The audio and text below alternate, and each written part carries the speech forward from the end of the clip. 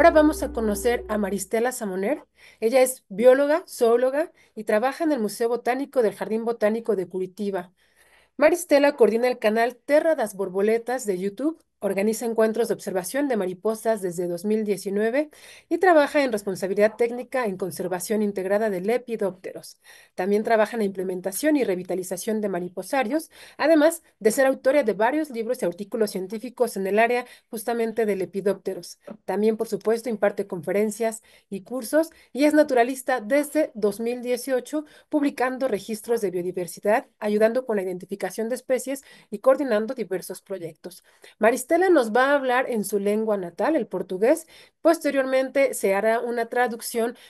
Ya que termine este foro, por supuesto, quedará grabado con la traducción para quienes lo quieran consultar posteriormente. Adelante, Maristela. Bienvenida. Obrigada, Fanny.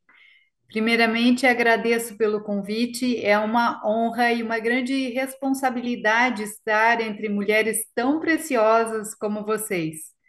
No Brasil, somos milhares de mulheres e meninas registrando o Biodiversidade Viva. Nesse momento, sinto que represento cada uma dessas personalidades incríveis que estão mudando a história do conhecimento da natureza brasileira. E nenhuma de nós é tão valiosa quanto somos todas nós.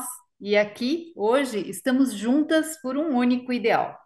Então, obrigada aos organizadores do evento pelo convite e às mulheres e meninas naturalistas do Brasil por fazerem essa história tão bonita.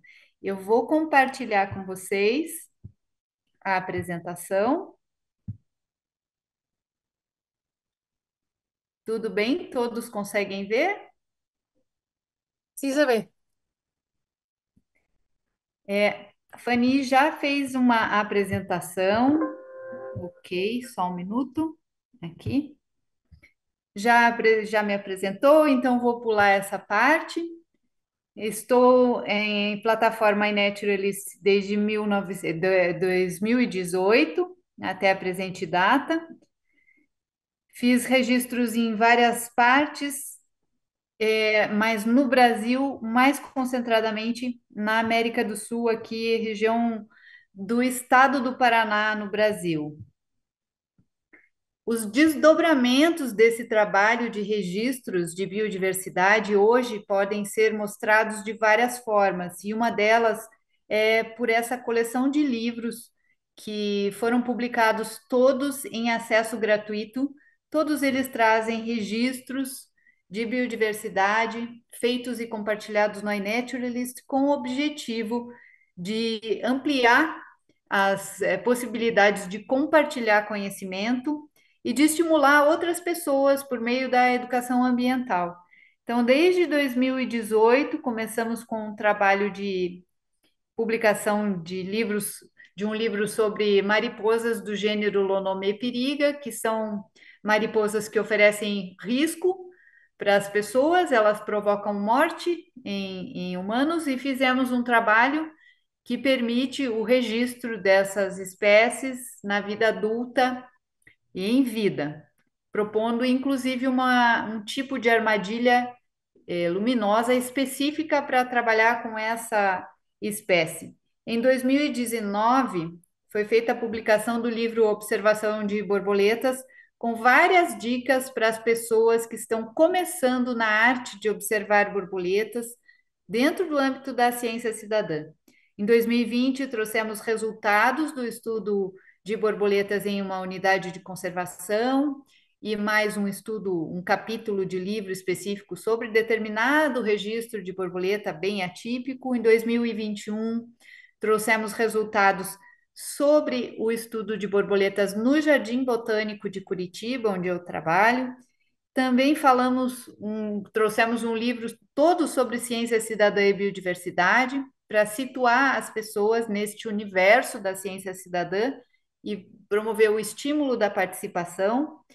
Fizemos também a publicação do livro Borboletas de Curitiba e do Paraná, Contribuições da Ciência Cidadã, do qual participaram vários cientistas cidadãos que há muitos anos registram borboletas no local. Fizemos a primeira lista para a cidade de Curitiba, resultante exclusivamente de observações em vida, sem fazer nenhum sacrifício de animal, nem coleta, nem nada.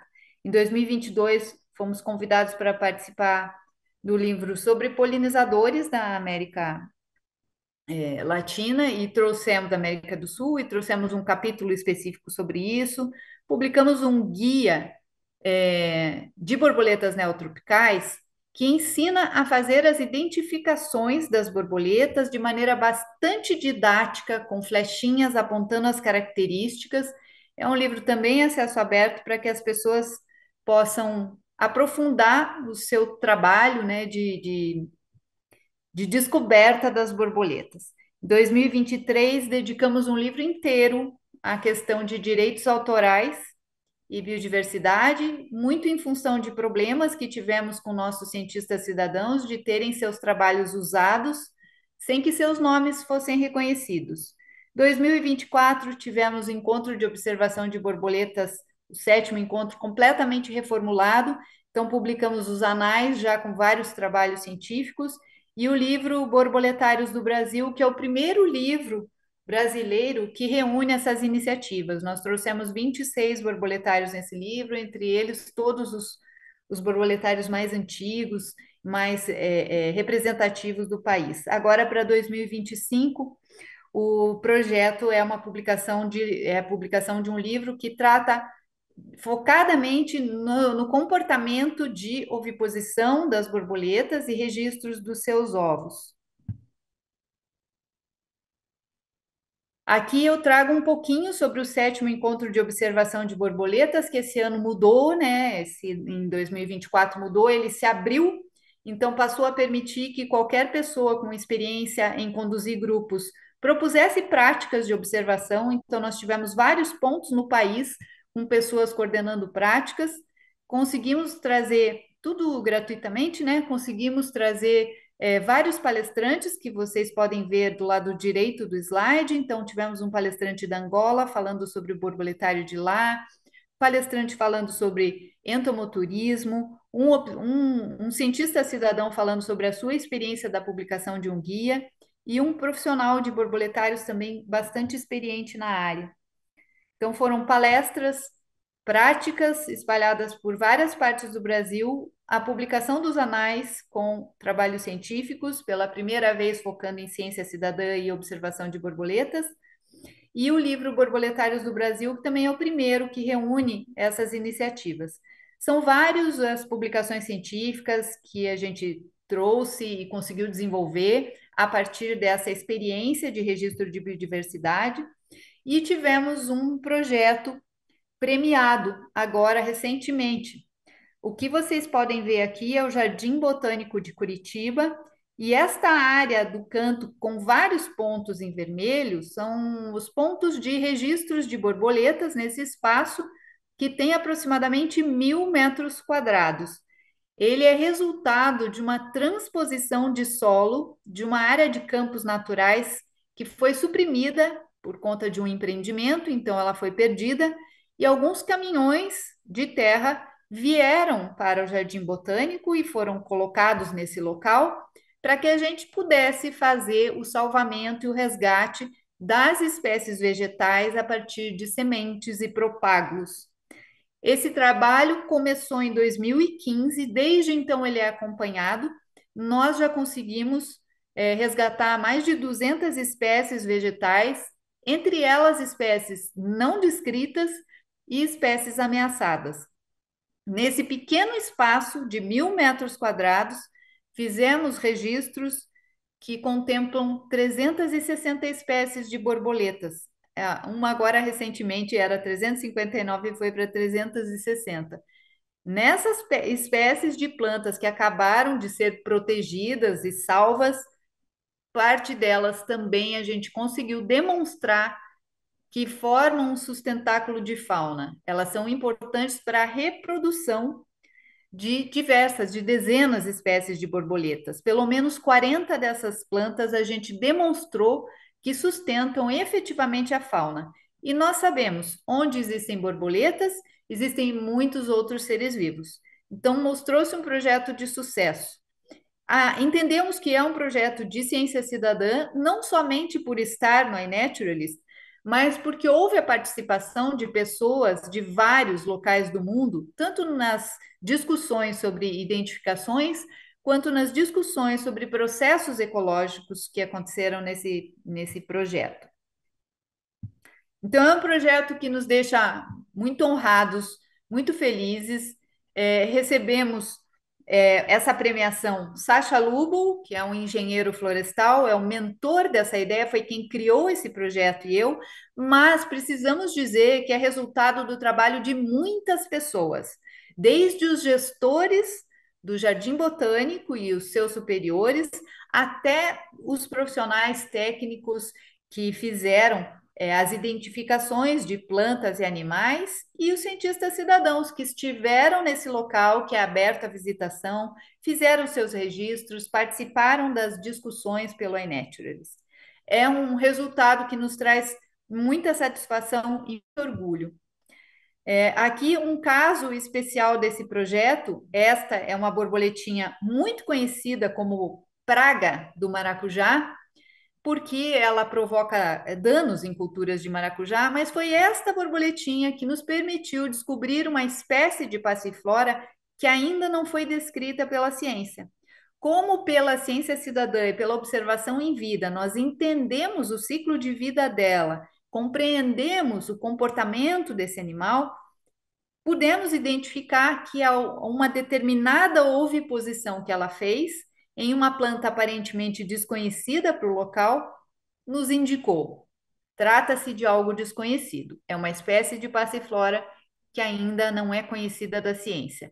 Então, a borboleta mais simples, mais comum, pode de repente ser uma grande parceira quando se fala de conservação, quando se fala de conservação envolvendo flora. Então, é um dos casos deste projeto que nos permitiu chegar ao ponto de uma premiação.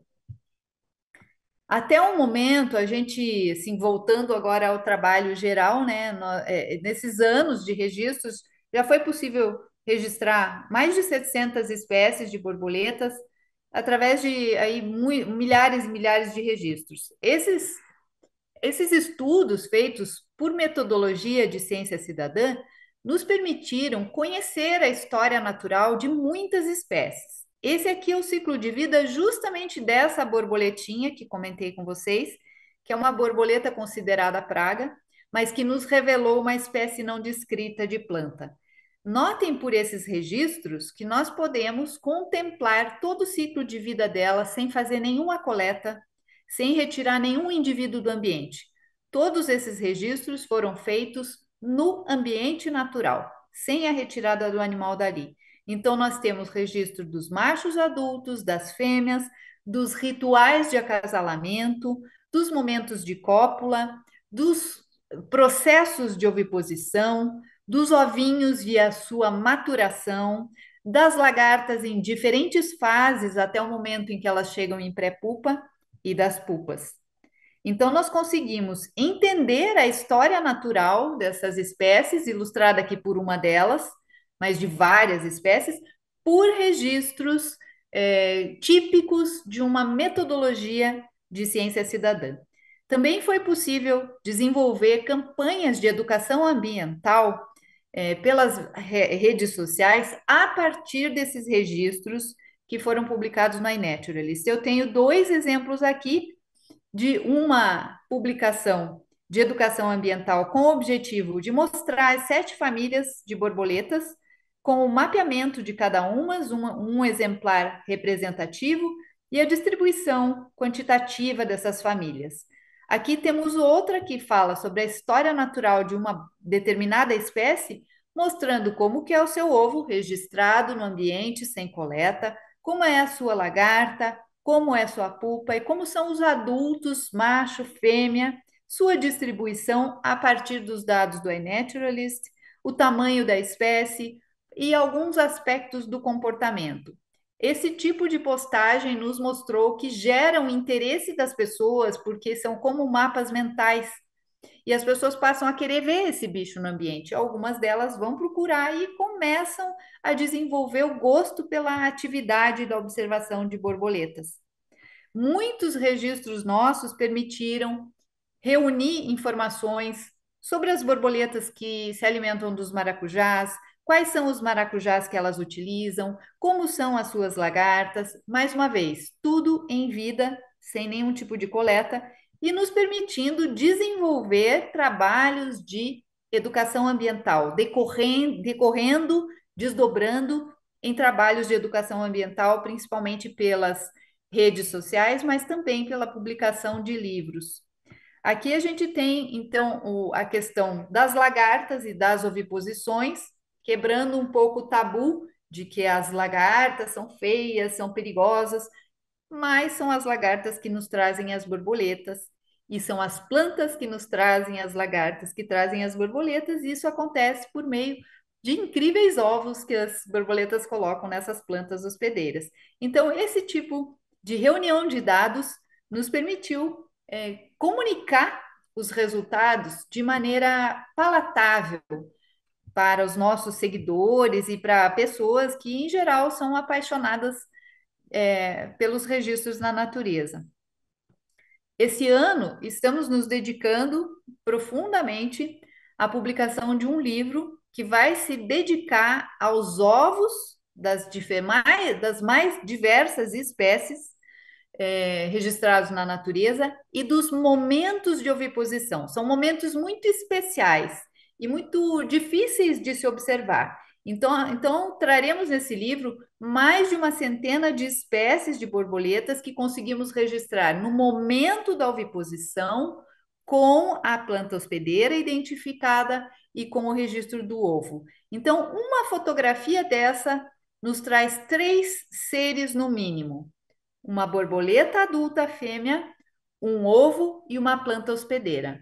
Em determinados casos, a gente pega algo mais, mas no mínimo esses 3 seres vivos a gente conseguiu registrar para mais de uma centena de espécies.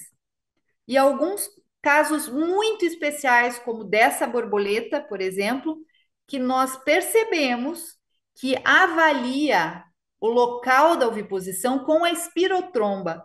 Então, ela insere a espirotromba dentro de uma flor e nós pensamos, será que é alimentação? Mas ela fazia isso, virava de costas, colocava a pontinha do abdômen lá dentro e inseria um ovo dentro da flor. Ao retirar o abdômen, a flor se fechava com o ovo lá dentro. Então, o ovo fica protegido de predadores. São comportamentos que nós pudemos registrar em vida, muito valiosos do ponto de vista do conhecimento da história natural da espécie, e reunidos nesse livro que vai sair esse ano. Aqui também tem alguns registros que são raríssimos de se fazer, que é flagrar no ambiente natural oviposição de vespinhas parasitas nos ovos das borboletas. Então, aqui alguns desses ovos vinham sendo acompanhados desde o momento da oviposição, e teve um ovo aqui, que é o número 2, que foi registrada a oviposição. Na hora de fotografar o ovo, a vespinha já estava ali. Então fica a dúvida: ela estava na fêmea? Veio na fêmea? Porque como que teria condição de encontrar o ovo na natureza? Todas essas ideias nos permitem fluir pela cabeça a partir de registros como esse na natureza, que são dificílimos de fazer, mas nos permitem aprofundar o conhecimento sobre a biodiversidade e a história natural. Os inimigos naturais, que nós entendemos que não são inimigos naturais, porque sem a existência deles, as populações de borboletas explodem, o consumo de plantas é excessivo e a gente acaba por perder a planta e perder a borboleta no ambiente. Então, esses inimigos naturais, que na verdade são controladores populacionais, também são importantíssimos para a vida das borboletas e para a biodiversidade. Aqui temos vários registros só para ilustrar: aranhas, percevejos, vespas, formigas, vespas de vários tipos, formigas de vários tipos, aranhas de diversas espécies. Então, todos os registros feitos na natureza nos permitindo conhecer tanto a biodiversidade quanto a profundidade ecológica desse grupo maravilhoso que é das borboletas. Aqui, só para ilustrar, porque é uma foto que eu adoro, é uma cópula de uma espécie que imita uma folha, e ela só foi possível durante a pandemia, quando a circulação de pessoas reduziu no Jardim Botânico de Curitiba. Mas é meramente ilustrativa, né? Uma forma de registrar aqui e de mostrar para vocês, de compartilhar com vocês o encanto que é observar borboletas vivas na natureza, contemplar as suas atividades ecológicas, contemplar os detalhes da sua vida e aprender sobre o que elas são e o que elas nos ensinam. Tem, para quem quiser saber um pouquinho mais, quem quiser mais, vai no YouTube, canal Terra das Borboletas, nós temos muitos vídeos ali, todos ao acesso gratuito, com muito do que foi falado aqui hoje, com os registros de oviposições, com registros de alimentação, com história natural de diferentes espécies. Para quem gosta, é um deleite. Mais uma vez, eu quero agradecer a organização do evento, agradecer às pessoas que nos convidaram, ao espaço que foi dado aqui, lembrar que me sinto representando mulheres brasileiras, me sinto honrada por estar entre mulheres tão preciosas e agradeço a oportunidade de compartilhar sobre essa grande paixão que é a observação da natureza.